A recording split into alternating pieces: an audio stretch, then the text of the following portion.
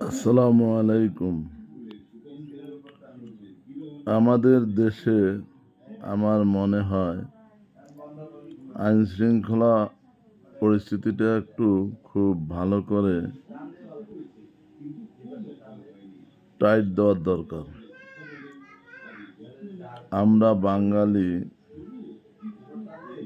মানে গরুকে যেরকম রশি ছেড়ে দিলে সে যেখানে খুশি সেখানে মুখ লাগায়, ঠিক আমাদের অবস্থাও তাই আমি বলতে চাচ্ছি যে জিনিসটা কিছুদিন আগে যেমন আমরা দেখেছি যারা পুলিশ আছে বা অন্যান্য বাহিনীদের জন্য একটা আদেশ হয়েছিল যে সবাইকে ডোপ টেস্টের মাধ্যমে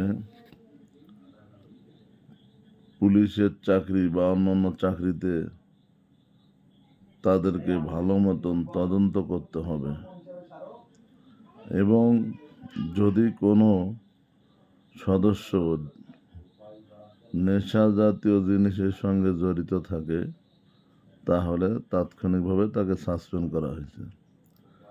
ঠিক একই নিয়মে আমি যে জিনিসটা বলতে চাচ্ছি, যারা আমাদের দেশে রাজনীতি করে,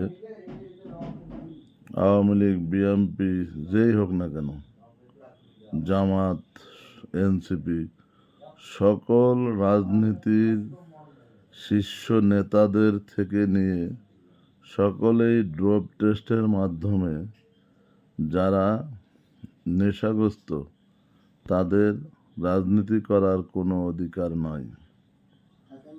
দয়া করে আপনারা সকলেই আমার সঙ্গে একমত হবেন এবং এই জিনিসটা দ্রুতভাবে শেয়ার করে যারা আমাদের দেশের বড় বড় কর্মকর্তা ও মন্ত্রী, ম্যাজিস্ট্রেট যারা আছে সকলেই যেন এই বিষয়টা নিয়ে ভাবনা চিন্তা করেন।